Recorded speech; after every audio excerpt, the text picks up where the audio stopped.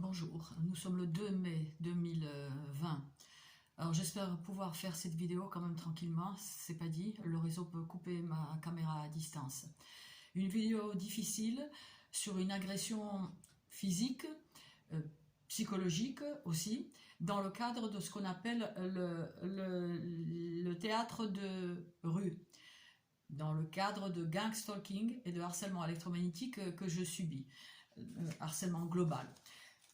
Pour ceux qui n'ont jamais entendu parler de ce harcèlement, vous avez cet excellent document de Jocelyne Abadi, du harcèlement en réseau de personnes énormes, au harcèlement global, c'est-à-dire au harcèlement par des technologies. Je lui présente mes excuses à Jocelyne Abadi. Je pense avoir dit dans une vidéo qu'elle ne parlait pas de harcèlement électromagnétique, elle en parle. J'ai dû zapper, hein. Pourtant je sais que je l'ai travaillé le document, mais c'est un harcèlement extrêmement violent. Nous sommes les prototypes, nous les cibles blacklistées, de ce qui risque de vous arriver à tous, hein, à voir ce qui se passe. Vous pouvez comprendre qu'il ne s'agit plus, quand on avance certaines choses, du complotisme, ni de maladie mentale, ni rien du tout. J'ai publié moi-même un article dans la revue Top Secret, numéro 84, en 2016. Le harcèlement électromagnétique, ce n'est pas vous qui êtes fous, les cibles, hein. Voilà. Alors, donc, elle dit que dans notre société, il est un type de harcèlement dont quasi personne ne parle. Ce harcèlement consiste à désigner une personne comme une cible et la faire persécuter par le biais des groupes et des réseaux. Énorme, énorme. Lorsque la cible fait ce que je suis en train de faire, ce que d'autres cibles font, c'est-à-dire dénoncer, elle sera immédiatement accusée de paranoïa et de schizophrénie. Page 106, le livre dont je vous parle à chaque fois, méthode des services secrets, hein, comment ils procèdent. Les services secrets qui servent à maintenir quelqu'un au pouvoir, qui sont infiltrés absolument partout. Nous sommes dans une situation dramatique. Alors, donc, aujourd'hui, voilà, je voulais décrire ce qui s'est passé la semaine dernière. C'était extrêmement violent, alors j'ai laissé un peu décanter. Il s'agit donc de ce qu'on appelle une scène de théâtre, une scène toute préparée, à l'intention de la cible, avec des protagonistes qui, comme par hasard, se retrouvent autour de la cible. La cible est suivie H24, elle est surveillée, il y a des... Enfin, elle est surveillée nous sommes surveillés par tous les moyens. Et donc le réseau sait parfaitement où est la cible, hein, qu'à tel moment elle arrive, etc., qu'à tel moment, donc il est bon que tu sortes de l'immeuble, etc., tu feras ça, ça, il y a quelqu'un d'autre qui viendra, voilà, voilà ce qui s'est passé. Donc, je rentre dans l'immeuble, c'était samedi, donc samedi 19 avril, je rentre dans l'immeuble avec mes courses, il était assez tard déjà, presque 20h, et sort de l'immeuble violemment, donc un gars 2 mètres que je connais, pour l'avoir jamais agressé, jamais je t'ai agressé, en cas où il tomberait sur ma vidéo. C'est un gars à qui j'avais parlé il y a des mois et des mois de ça, genre c'est vous qui m'agressez, jamais je ne l'ai tutoyé non plus. Là donc il sort, il manque de me renverser, hein. Bon, j'ai rien dit, j'ouvre, je vais pour rentrer dans l'immeuble, il se retourne, il est 10 mètres derrière moi. Toi, si tu m'agresses encore une fois, je te casse la gueule. Je ne vous ai pas agressé. C'est là où il s'approche et ça donnera lieu à une violence où il viendra vers moi. Toi, je te casse la gueule, je te casse la gueule. Donc il tend le bras, il veut me frapper. Monsieur, quand est-ce que je vous ai agressé? Je me suis rappelé qu'il y a 2-3 jours, je le vois passer, c'est vrai, je sais quelle est sa voiture. Quelques jours de ça, sous une violente agression, je suis sortie, agression électromagnétique, donc renseignez-vous, droit comparé du harcèlement électromagnétique, nécessité d'une loi française, pour voir ce que c'est, ce dans quoi vous êtes peut-être déjà en face cachée. Donc voilà, je sors sur le balcon, qui m'agresse, qui pratique le harcèlement électromagnétique.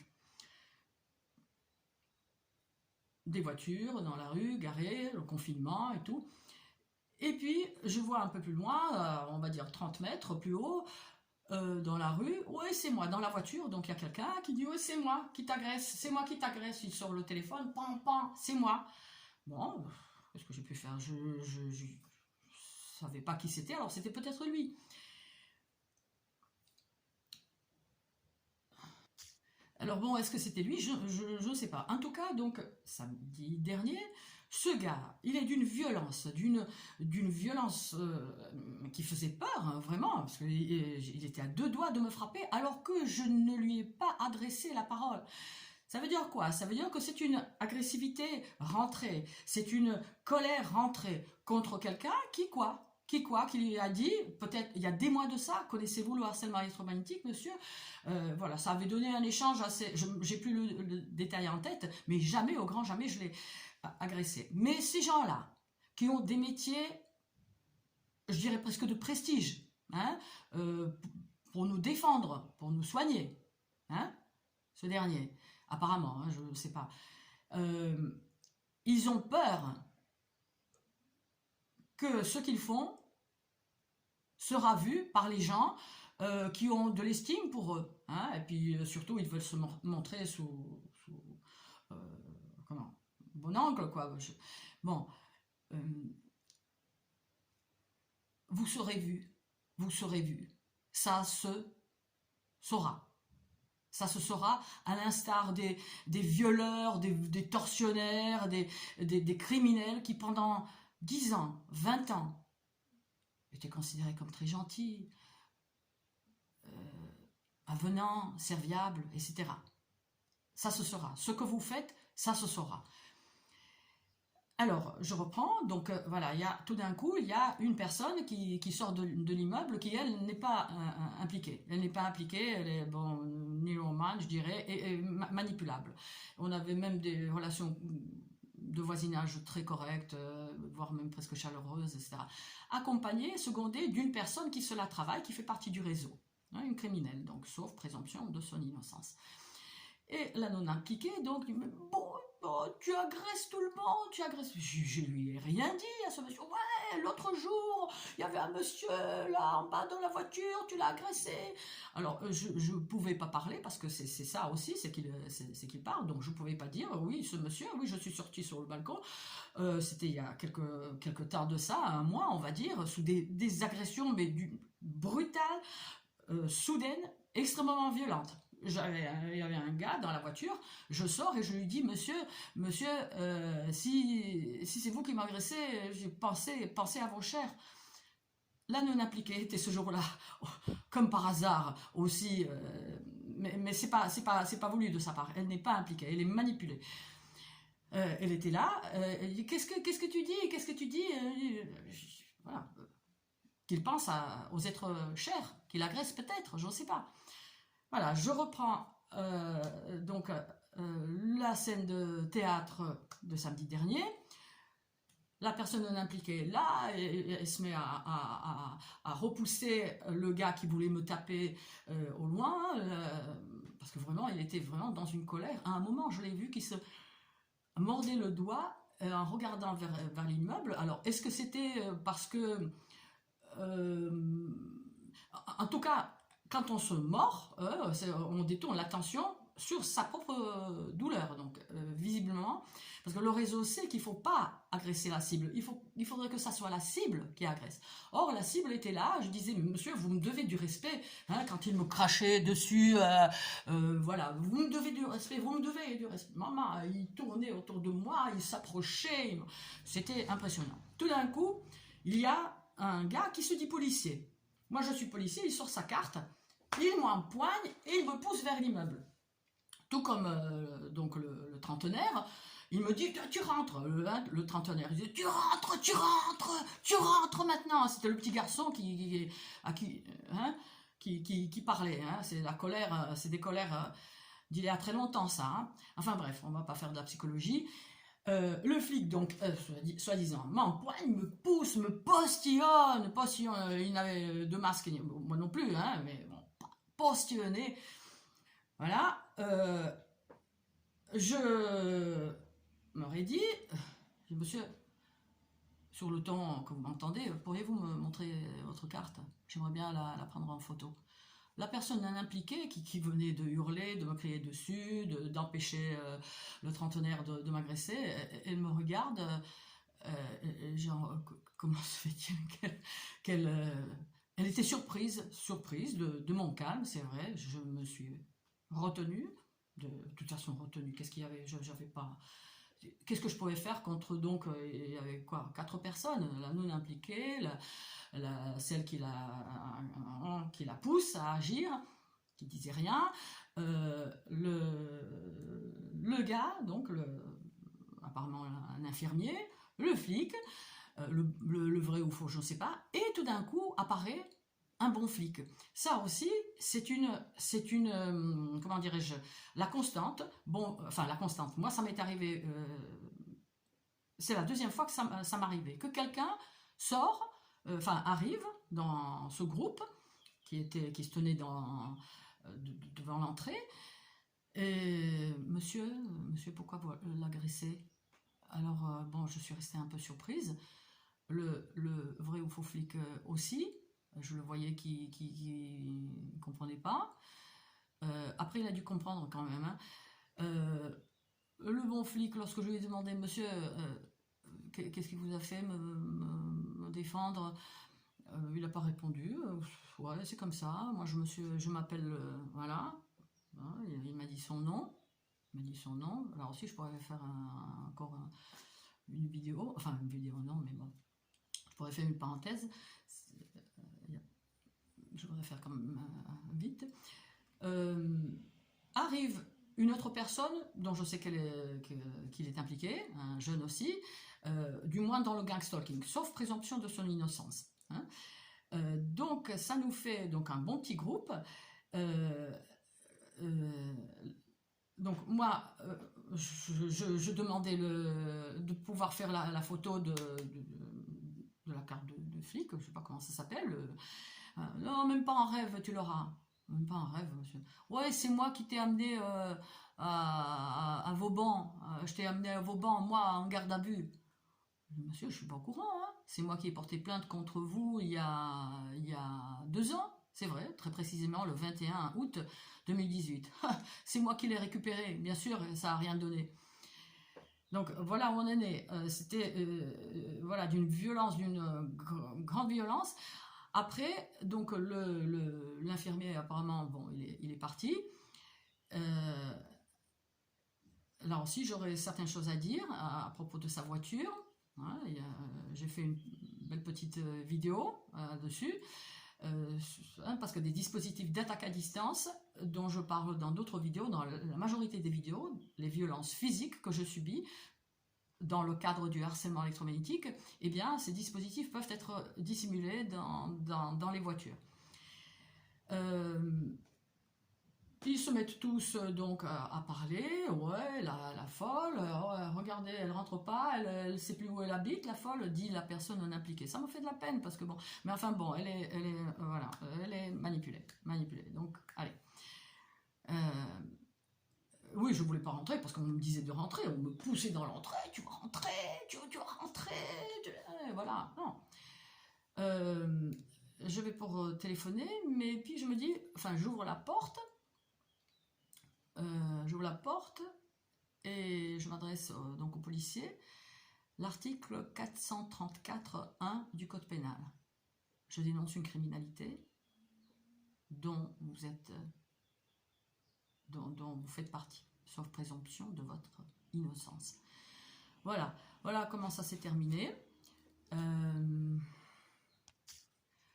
Alors, cette situation que j'ai vécue donc le 19 avril 2020 pourrait très bien faire partie des expériences in vivo pour des expériences en sciences du comportement et notamment pour étudier le passage à l'acte. Hein, comme le dit donc excellemment Jocelyne Abadi dans son excellent document du harcèlement en réseau, harcèlement global. Parce que bien évidemment, le passage à l'acte est un domaine d'expérimentation très prisé et ne peut pas s'expérimenter en laboratoire, hein, du fait de la nature même du sujet d'expérimentation. Voilà. Voilà. Les réseaux, les réseaux qui me harcèlent sont déchaînés, sont furieux parce que je résiste, parce que je les dénonce, parce que je mets en lumière tout ce qu'ils voudraient qu'il reste caché. Je vous recommande vivement donc ce document très bien décrit, qui sont les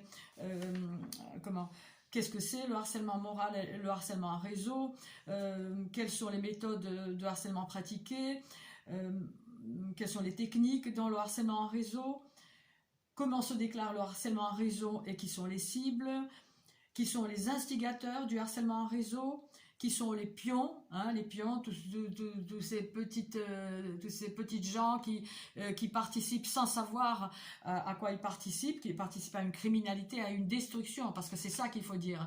La cible est destinée à être détruite, à être broyé sur tous les plans. Récemment, j'ai fait une vidéo, c'était la veille d'ailleurs de cette agression, où il y a eu un faux